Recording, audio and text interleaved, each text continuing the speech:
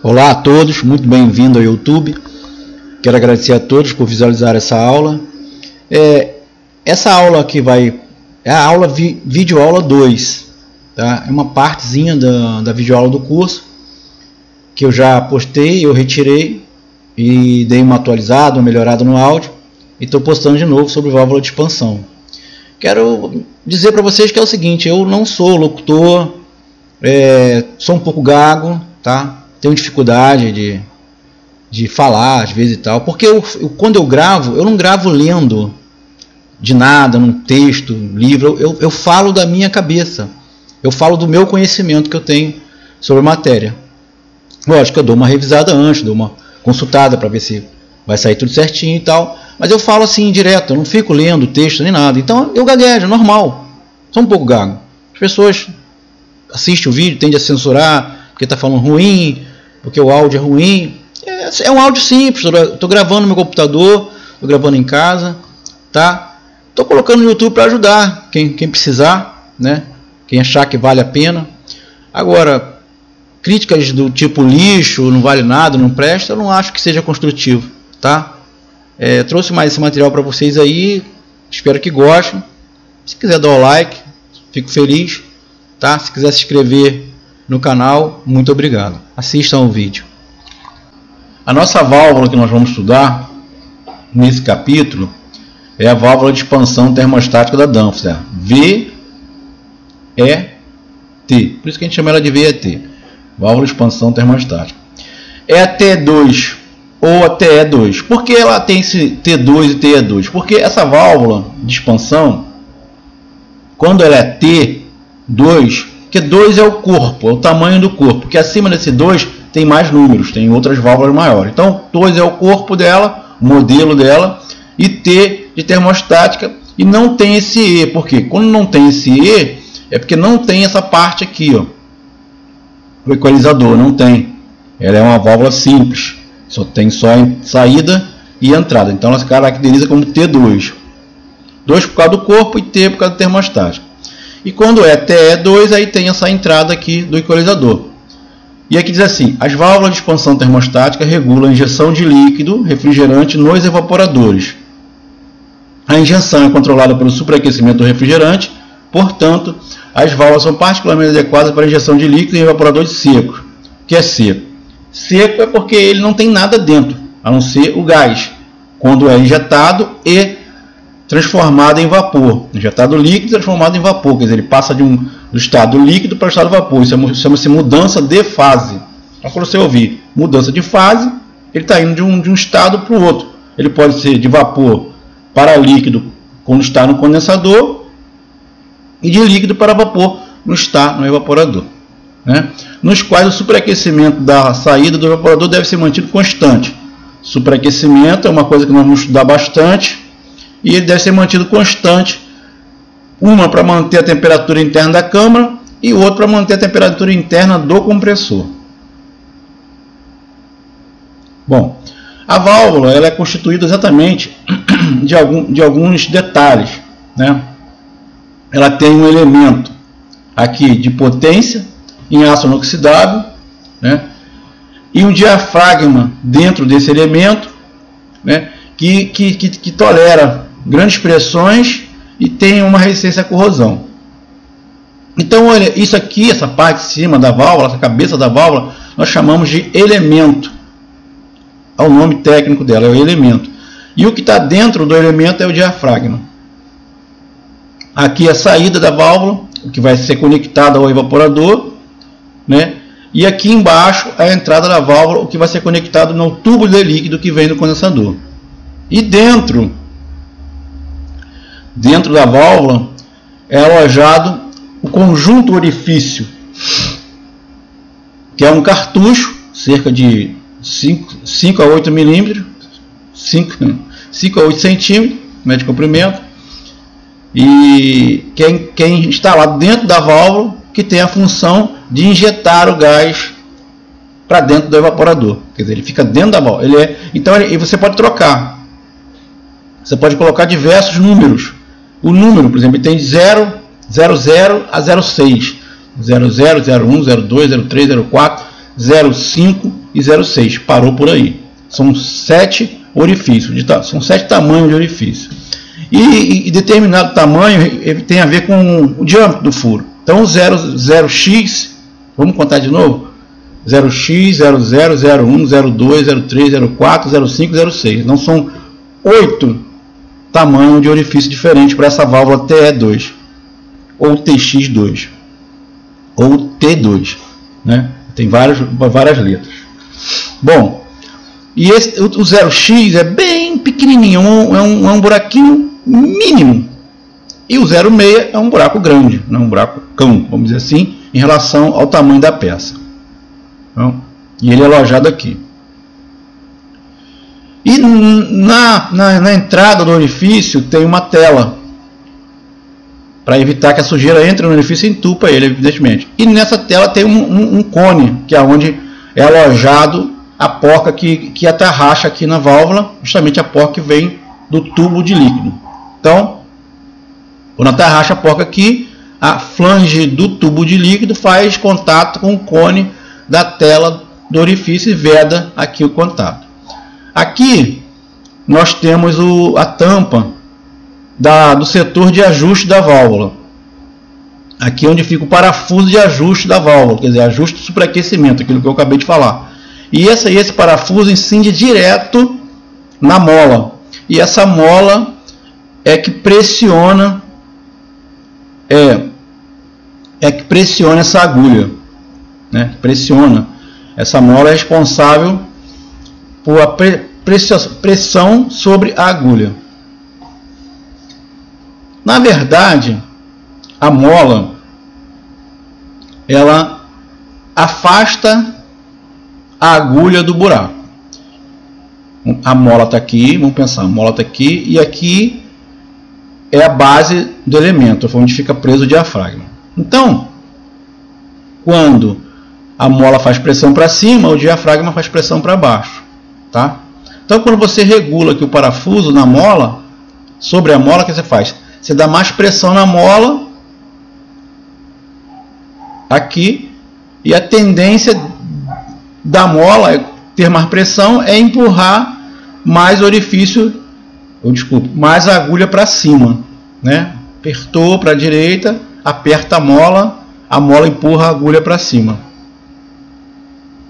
Empurrando a agulha para cima, ela vai estar fechando o orifício. Então o superaquecimento é baseado nisso. Quando você aperta para a direita, você dá mais pressão na mola, a mola sobe mais a agulha e a agulha afasta-se mais do orifício, fechando o orifício, aumentando o superaquecimento dentro da válvula. Porque o superaquecimento, o nome já diz basicamente que ele está fazendo o gás evaporar a uma temperatura mais baixa, né? Que quando você fecha, quando a válvula fecha o orifício, ela não está empurrando a agulha, ela está subindo a agulha. Então, conforme a agulha vai saindo aqui da tampa do orifício, o orifício vai se fechando. E o jato de gás, né, e líquido que é injetado aqui, torna-se um jato mais fino, né? E quando o buraco está bem aberto, a agulha está bem para baixo, essa injeção de líquido contém mais líquido e menos vapor. Quando você... E aí a temperatura é mais alta, em direção ao zero. Zero positivo. Quando a agulha sobe e o buraco fica mais fechado, o que acontece? O jato é mais fino, então contém mais vapor e menos líquido. E aí o que acontece? A temperatura desce, ele vai para o lado negativo. Ele anda para o lado negativo, então a temperatura se torna-se mais baixa. Aí nós dizemos que o superaquecimento está alto. Então, superaquecimento alto é temperatura baixa. Superaquecimento baixo é temperatura alta, né? Porque dá uma impressão estranha de você ter uma coisa que é alta e, em contrapartida, do outro lado é baixa. Mas o que acarreta isso? Uma explicação muito simples. Ele pode ser um superaquecimento alto aqui, superaquecimento alto. Então a gente estamos forçando o superaquecimento, dando pressão na mola, fechando a válvula, fechando o orifício, fazendo com que ele espirre um jato mais fino. Então nós estamos aumentando o superaquecimento, quer dizer, proporcionando um superaquecimento maior no gás. Então a gente está fazendo o gás sair de líquido para vapor, forçando isso, aumentando essa força nele, fazendo ele evaporar mais forte. E ele, quando ele evapora mais forte, mais fino o jato, ele desce uma temperatura menor. A temperatura desce. Isso tudo cria o quê? Se o jato é mais fino, ele vai evaporar mais rápido dentro do evaporador, porque aí ele é injetado dentro do evaporador, vamos pensar, aquele jato mais fino, ele entra no evaporador mais para vapor do que para líquido, então ele já vai evaporar rápido, ele vai saturar rápido antes de chegar no final do evaporador. Quando chegar no final do evaporador, ele já é todo gás. Então, se ele chegar no final do evaporador todo gás, a sua temperatura vai ser maior do que no início. Mas sempre é maior do que no início. Quando ele é injetado aqui no início da válvula, depois do orifício, ele tem uma temperatura baixa. Mas como ele se transforma em vapor dentro do evaporador, no final a temperatura dele é sempre mais alta que aqui. Então há um diferencial de temperatura entre a injeção e a saída do evaporador.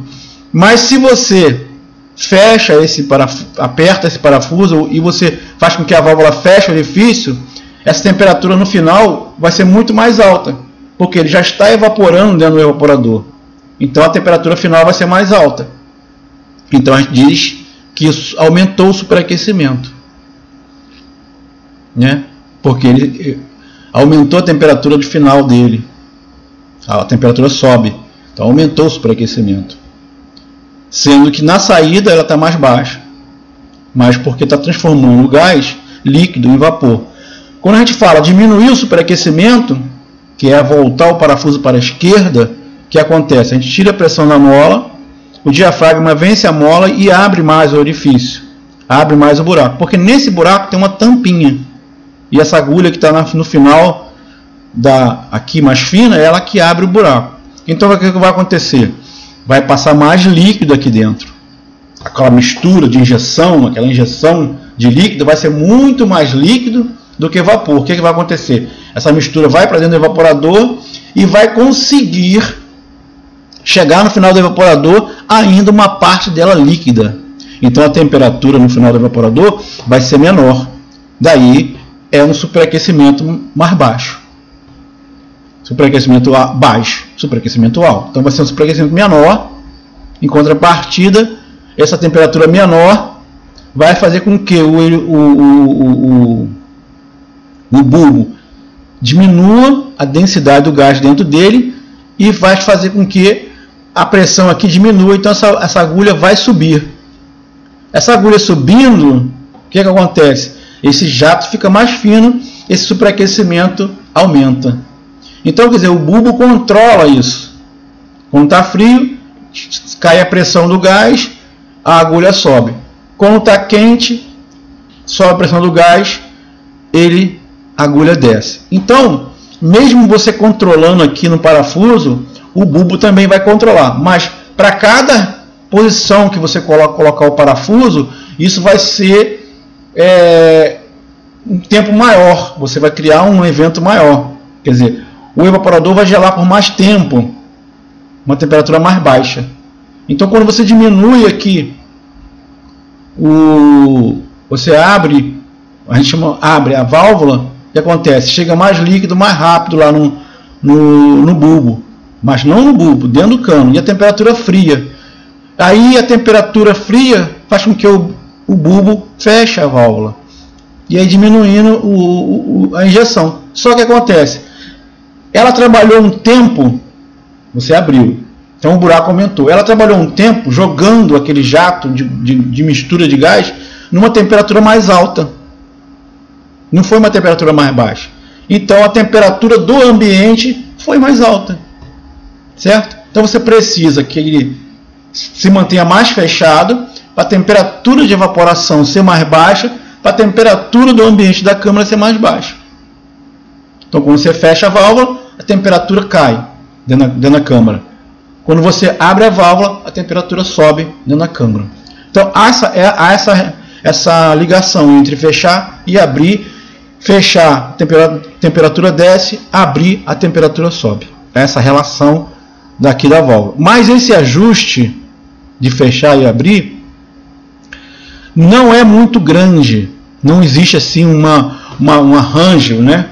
Uma escala muito grande. Não há em graus, vários graus. Não há não é um ajuste grosso. Isso aqui é um ajuste fino. Por que, professor, que é um ajuste fino? Porque é o seguinte, o orifício que você colocou aqui dentro já tem um diâmetro padrão, ele já tem um diâmetro, ele já é fino ou grosso. Você já colocou um buraco ali determinante.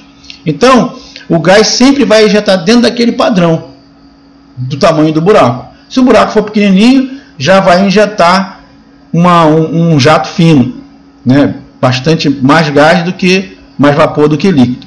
Se você colocou um buraco grosso, já vai injetar mais líquido do que vapor. O ajuste do parafuso é um ajuste fino. É só para você conseguir lá no final do condensador, lá no final do evaporador, aumentar a distância aonde vai o frio, vamos supor, a saturação do gás. Saturação do gás é quando ele passa de um estado para o outro. Se ele está líquido, ele satura para o vapor. Se ele está vapor, ele satura, vai para o líquido. Então, a saturação é de acordo com o estado que o gás está. Então, ele está saturando, quer dizer, ele está indo do líquido para o vapor. Então, esse ajuste te dá uma possibilidade de que esse vapor vá mais longe ou vá menos longe. Quer dizer, ele pode evaporar até o final do evaporador, até na linha de sucção ou até no meio do evaporador.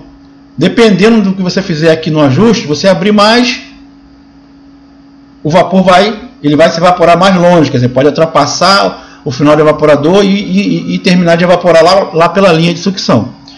Quando que você fechando, ele vai terminar de evaporar pelo meio do evaporador ou no final do evaporador e não vai nem chegar na linha. Então esse é o ajuste da válvula, só para você determinar o final da evaporação do gás. Dá para fazer isso com o ajuste, não mais, muito mais não dá. Não dá para você determinar o fluxo de gás, né, e líquido que sai aqui. Isso não determina. Quem determina é justamente o buraco que já existe no orifício que você escolheu. Então, a escolha do orifício é feita por temperatura. Então, você escolhe o orifício de acordo com a temperatura. Se você quer uma temperatura bem baixa, você escolhe um orifício bem fino, buraco bem pequeno. Se você quer uma temperatura mais alta, você escolhe um orifício com um buraco maior. Daí vai ser sempre assim. Ele vai manter aquele padrão dele de temperatura e dentro do padrão você vai poder regular aonde que vai terminar a evaporação, né, dentro do evaporador, fora ou no meio. Aí você vai determinar o ajuste, te dá essa possibilidade, né, o ajuste da válvula te dá essa possibilidade, não mais, né?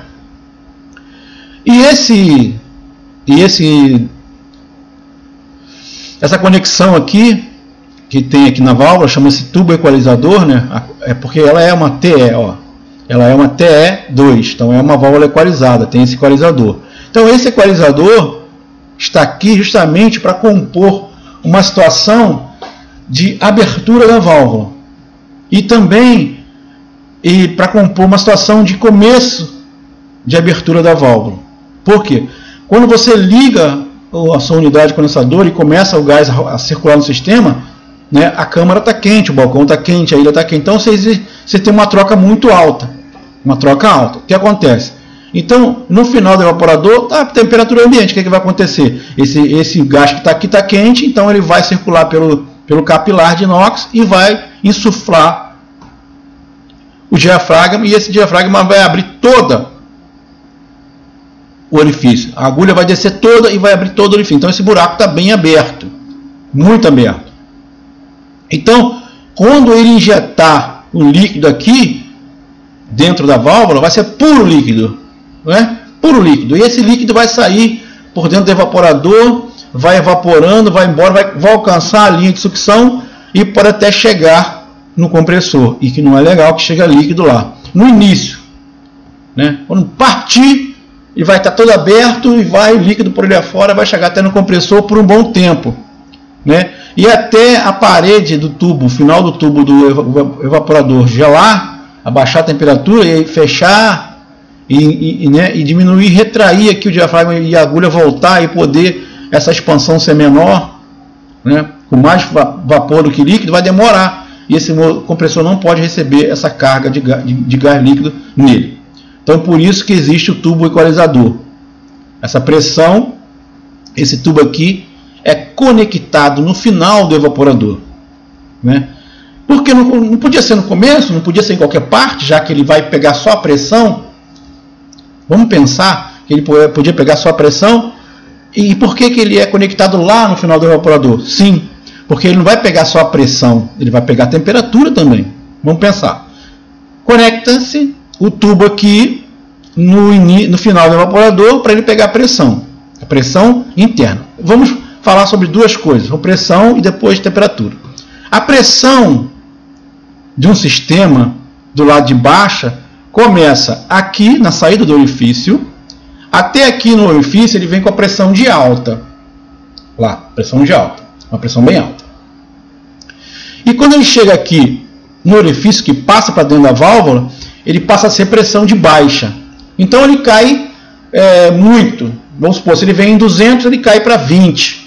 Então ele cai muito, né? Muito mesmo. Ele cai 80%, vamos dizer assim, nessa conta aqui. Bom, então essa pressão de baixa, ela é a pressão de baixa aqui na válvula, na saída da válvula, chama-se pressão de evaporação ou temperatura de evaporação, é a mesma coisa. E vai-se embora até o compressor com a mesma pressão. Então a pressão de baixa, a pressão de sucção, não muda. Nem que a temperatura desça ou suba, ela vai continuar a mesma pressão.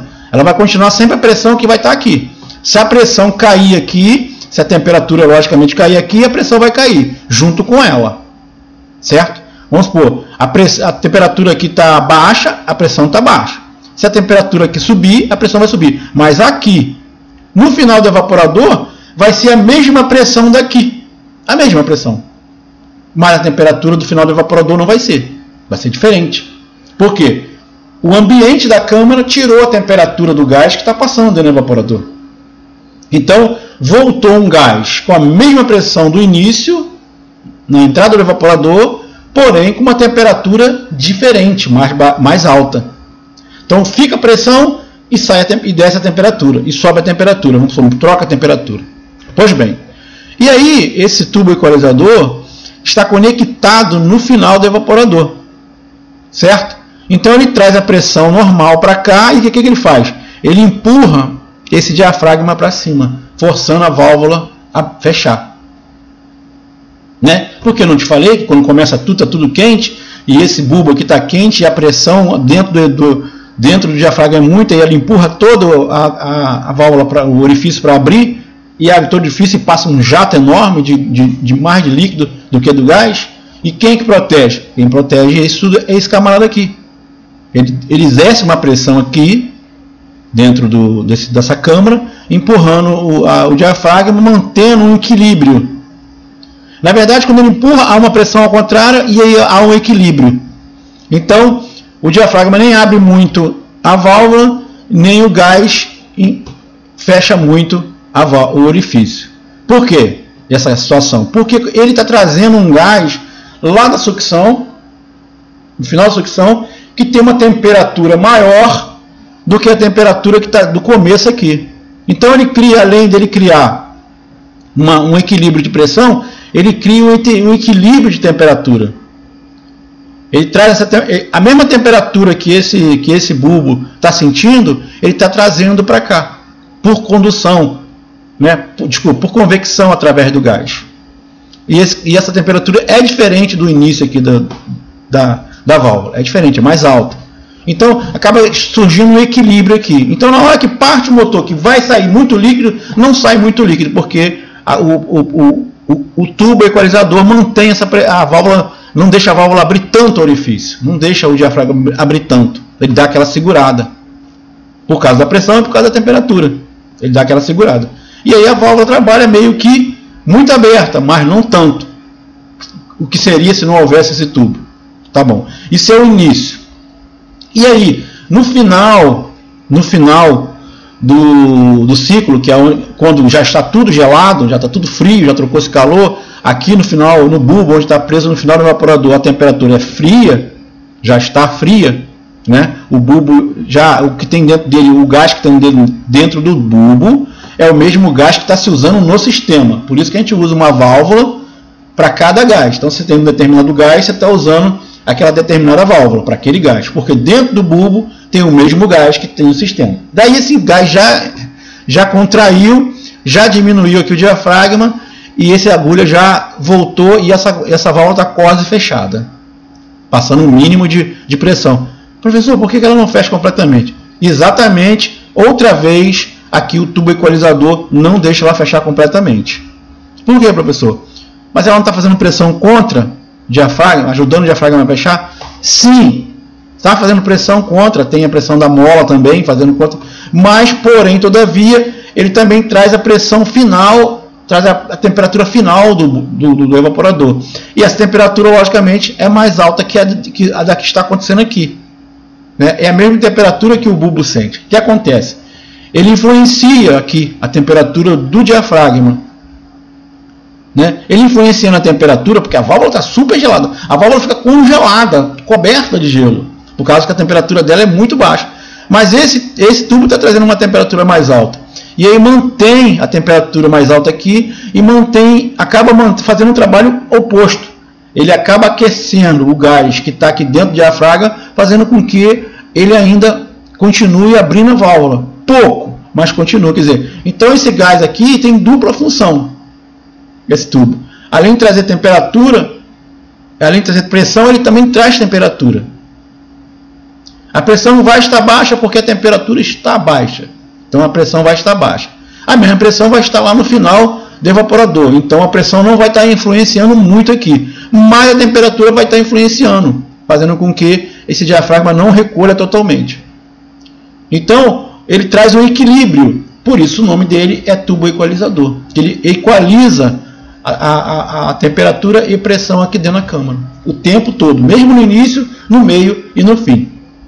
Agora, existem umas válvulas, né, que chama-se válvula com carga MOP. Porque o pessoal acha que isso que o tubo equalizador faz aqui é o MOP. Mas não é o MOP. O MOP chama-se máxima pressão de operação. Mas para isso acontecer, é preciso que a válvula em si tenha um MOP. E o MOP é o seguinte, é uma carga dentro desse bulbo menor do que a carga normal. Existe uma carga normal, que é dada aqui dentro, um valor, uma quantidade de gás, que mesmo a válvula estando fora da área fria ou dentro, ele funciona do mesmo jeito. O que é, professor, estar dentro da área fria? Sim, se você tem a válvula instalada próximo ao evaporador, ali dentro do evaporador, você tem uma área fria porque ela está em contato com os coletores.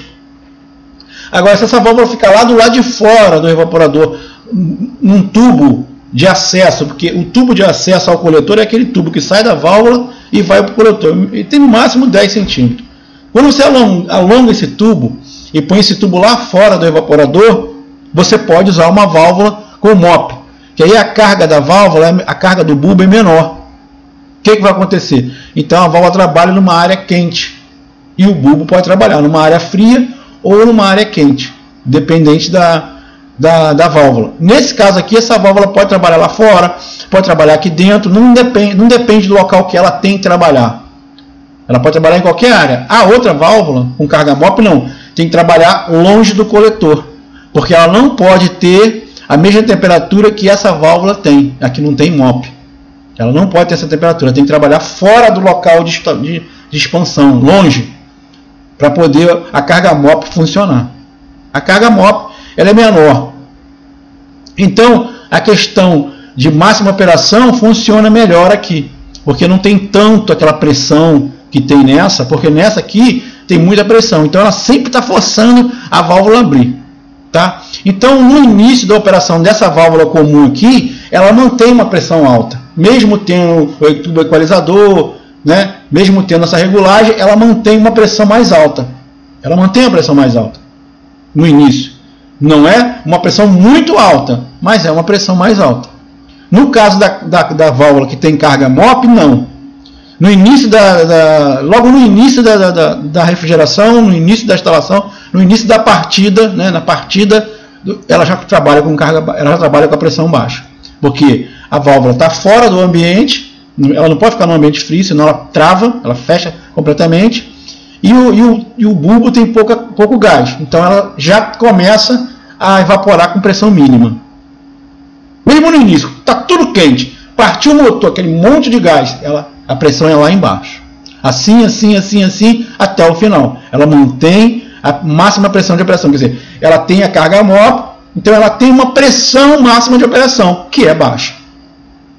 Por mais que você a câmara esteja tudo quente, mas isso aí, essas válvulas com carga MOP, é mais para usar em ar-condicionado, que a pressão já é alta, quer dizer, e vai se tornar muito mais alta na hora da partida, na hora que estiver tudo quente. Ela é mais indicada para esses equipamento de refrigeração, de ar-condicionado e esses grandes câmaras. Mas aí você não vai usar uma válvula dessa. Aí você já vai estar usando uma outra válvula que nós vamos ver daqui a pouco, né? E tem ainda uma outra válvula que chama-se válvula MOP com gás ballast. Válvula MOP ballast. É uma outra categoria de válvula também, mas também é para ser usado em ar-condicionado. Então, como essas duas versões é para usar em ar-condicionado, nós estamos estudando refrigeração comercial e não entra ar-condicionado, então eu não vou entrar nessa área. Não vou explicar muito além disso aqui. Vamos ficar preso nessa condição aqui. Se vocês quiserem estudar mais, tem mais coisa. No grupo moderado, eu vou estar falando dessa válvula MOP, com carga MOP, com MOP ballast. Então, tem um arquivo só de válvula, e eu vou estar falando, vou estar dando aula sobre ela no grupo moderado, porque o curso ele é separado. O curso você tem o suporte individual no privado e tem o grupo especial, que é o básico, moderado e avançado. Para entrar nesses três grupos, você tem que pagar uma taxa. Você já entrou, paga a taxa todo mês, R$ 22,50, e vai aumentando de acordo com a inflação. E você paga aquela taxa e você fica no básico um tempo, depois você vai 3 meses, depois você vai para o moderado mais 3 meses, depois você vai para o avançado mais 3 meses. Mas você agrega todos os 3 grupos.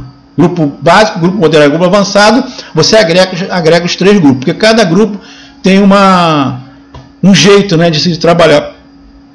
Cada grupo tem uma dinâmica, então é bom que você fique nos 3 grupos. Nada impede de você sair do grupo que você quiser, né? Contanto que você continue pagando a taxa, você pode ficar nos 3, nos 2, no 1, aí é seu critério, tá? E então nesse grupo moderado eu vou estar falando como é que se diz? De mais material, aprofundando em alguns materiais, entrando em materiais que não, por exemplo, nós estamos estudando aqui, isso é a videoaula, estamos estudando sobre essa válvula, né? Com esse catálogo que é da Danfoss. E vai continuar outras coisas, outros materiais e tal. Agora, no grupo moderado, eu já entro com outros catálogos que estão no grupo, que estão no arquivo do curso, é aquele arquivo enorme, está lá o catálogo, mas eu não falo sobre ele. No moderado, vou falar sobre esses catálogos que não foram falados na videoaula. Quer dizer, vou complementar com mais aqueles catálogos, no caso. Porque tem mais material. Imagina, se eu fosse dar um videoaula, eu teria que falar dias e teria que ser uns 50, não dá. Então, e também porque é o seguinte, é um material mais avançado, você primeiro precisa compreender esse aqui. Você compreendendo esse material, aí você pode avançar para o outro. Tá bom, gente? Então, já vimos todas as entradas e saídas da válvula. Já falamos sobre todos os itens dela, como funciona. E agora a gente vai partir para uma outra válvula para dar continuação. Bom, essa é a válvula TE5A55. Quer dizer, ela é 5, 12, 20 e 55. Ela tem vários modelos. Esse modelo aqui, né? E por que essa diferença, professor? E ela é diferente? Porque é o seguinte, ela é para uma capacidade maior. Aquela válvula que nós estávamos estudando, a T2, tanto faz, ela é para até 6.000 watts, 6.000 quilocalorias. E o que é isso, professor? 6.000 quilocalorias, 6.000 watts, e essa daqui é para de 6.000 em diante até 210.000 kW, até 210 kW ou 210 mil watts, ou 190 quilocaloria. É porque assim, uma câmara, um balcão, ela tem um montante, um espaço reservado que a gente precisa esfriar. E esse espaço que a gente precisa esfriar, como você aprendeu em ar-condicionado, ele precisa achar carga térmica. Em ar-condicionado a gente acha BTU. Quantos BTU é essa sala? 10 mil, 20 mil. Então, de acordo com esse BTU, a gente acha o aparelho. E em refrigeração comercial é a mesma coisa. Só que o espaço que a gente... o valor que a gente usa é quilocaloria ou quilowatt. Quantos quilocaloria tem essa câmara? Aí vai depender de um programa, né, de carga térmica que acompanha o curso, né, que acompanha a curva do curso, que ensina você a calcular a carga térmica de uma câmara. E normalmente, se der abaixo de 6.000 quilocaloria, você vai usar aquela válvula TE2 ou T2 ou até X2, ou até Z2, até S2, e cada letra significa um gás. Você vai usar aquela válvula até 6.000 kW. Depois que passar de 6.000 kW, aí você vai usar esta válvula. Aí você vai usar T5, ou em alguns casos você vai usar 12, em outros casos você vai usar a 20, e em alguns casos maiores você vai usar 55. Então por isso que existe esta válvula. Tá? E aqui está escrito assim, as válvulas de expansão termostato T5 até 55 regula a injeção do líquido refrigerante nos evaporadores em instalação de médio porte. Capacidades nominais de 6 a 210 kW para todos os gases. Aqui ele botou só 2, mas para todos os gases. A injeção é controlada pelo superaquecimento do refrigerante, do mesmo jeito que a da outra. Por isso essas válvulas são particularmente adequadas para a injeção de líquido em evaporadores secos. A mesma coisa da outra.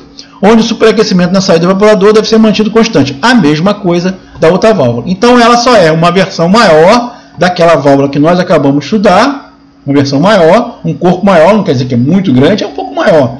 E que tem uma outra constituição. E é diferente. Né? O corpo dela é diferente, a maneira que você vai abrir ela para tirar o orifício é diferente. O próprio orifício é totalmente diferente daquele outro. Né? Mas ela faz o mesmo trabalho, as mesmas características, do mesmo jeito, tem a saída da válvula, tem a entrada da válvula, tem o tubo equalizador, tem o parafuso de regulagem, tudo igual a outra válvula menor. Só que ela é para atuar numa capacidade maior. E para trocar o orifício, você tem que desmontar a válvula nos 4 parafusos da válvula, que são parafuso Toxen. Não é igual a outra.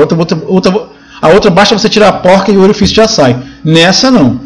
Você não precisa nem tirar a porca, basta você recolhe o gás do sistema e solta os 4 parafusos, ela abre para você trocar o orifício, caso esse orifício não esteja tendo utilidade para você. E a regulagem também é diferente, quer dizer, diferente no orifício. Naquele você regula a mola que pertence ao corpo da válvula. Nessa aqui, o próprio orifício já é tudo. Ele já é o orifício, ele é a mola e a regulagem. Só o parafuso que é fixo na válvula. Eu vou te mostrar aqui o corpo, o orifício como é. Aqui. O orifício é desse jeito. Ele já é o orifício e já é a mola de regulagem. Né? Então ele... E outra coisa, toda válvula vem regulada de fábrica. Uma regulagem boa, excelente para ser usada. Não precisa mexer. Caso você vá mexer, você marca a regulagem que tem de fábrica, marca o ponto que é, a altura que é, né? Ou quantas voltas que você deu para lá ou para cá, para trás ou para frente, para a direita ou para a esquerda, para depois, se você tiver que voltar para o local que você estava, você voltar. Tá? Porque assim, se você abre uma válvula desse tipo aqui, né, e tira o orifício e coloca um novo, esse orifício que entrou está regulado de fábrica. O orifício vem regulado de fábrica. Então não importa a posição que esteja aqui, ele sempre vem regulado de fábrica. O orifício vem regulado de fábrica. Já está na posição ideal. Então aqui não importa a posição que o parafuso esteja. Ele não vai. Esse parafuso nem vai subir e nem vai descer, não vai entrar nem vai sair. Ele vai sempre ficar na mesma posição. O sextavado dele vai estar sempre naquela mesma posição. Tanto faz você rodar para a esquerda ou rodar para a direita, ele vai estar na mesma posição. Então é preciso, quando você for mexer na regulagem desta válvula, você preste atenção. Porque na outra válvula, a válvula T2, corpo 2, a regulagem da mola é na válvula. Então, se você mexer na regulagem da válvula, a fenda vai sair parafuso de fenda vai sair, ou vai ficar para fora, ou vai ficar para dentro. E aí você sabe se você regulou muito ou pouco, porque ele está para dentro, ele está para fora. Nesta válvula, não. A cabeça do parafuso vai estar sempre na mesma posição. Então, olha o que você tem que fazer. Quando você colocar um orifício novo, ele vem regulado fechado, mais fechado, quer dizer, é mais para fechado que ele aberto, de fábrica. E aí os dentinhos aqui encaixam no regulador. Então, se você mexer nela, você não tem como saber se fechou ou se abriu. Quer dizer, você sabe, você está fechando ou se você está abrindo, você está rodando o parafuso, você sabe, se para a esquerda abre, para a direita fecha, certo? Agora, se você chegar no local e abrir aqui a porca, a tampa, você não vai saber se ela está toda fechada, se ela está toda aberta. Não tem como. Não diz. Porque a regulagem é no próprio orifício. O que você tem que fazer? Você tem que abrir todo, fechar todo, para ver quantas voltas estava antes, né? Se você abrir todo e der 2 voltas e ele já encostou, é porque ele estava todo aberto. Se você abrir todo e você der muitas voltas até encostar, é porque estava todo fechado. Entendeu? Então, quando você virar para a esquerda, conte as voltas que você está dando. 1, 2, 3, 4, 5, 6, 7, 8, 9, até parar. Anota essas voltas. Porque aí você vai voltando, vai fechando, não vai melhorando, você vai fechando, aí até chegar no ponto que estava do que você mexeu. Se você não anotar, você fica mais perdido que cego num tiroteio. Então anote para saber o que você fez. Okay?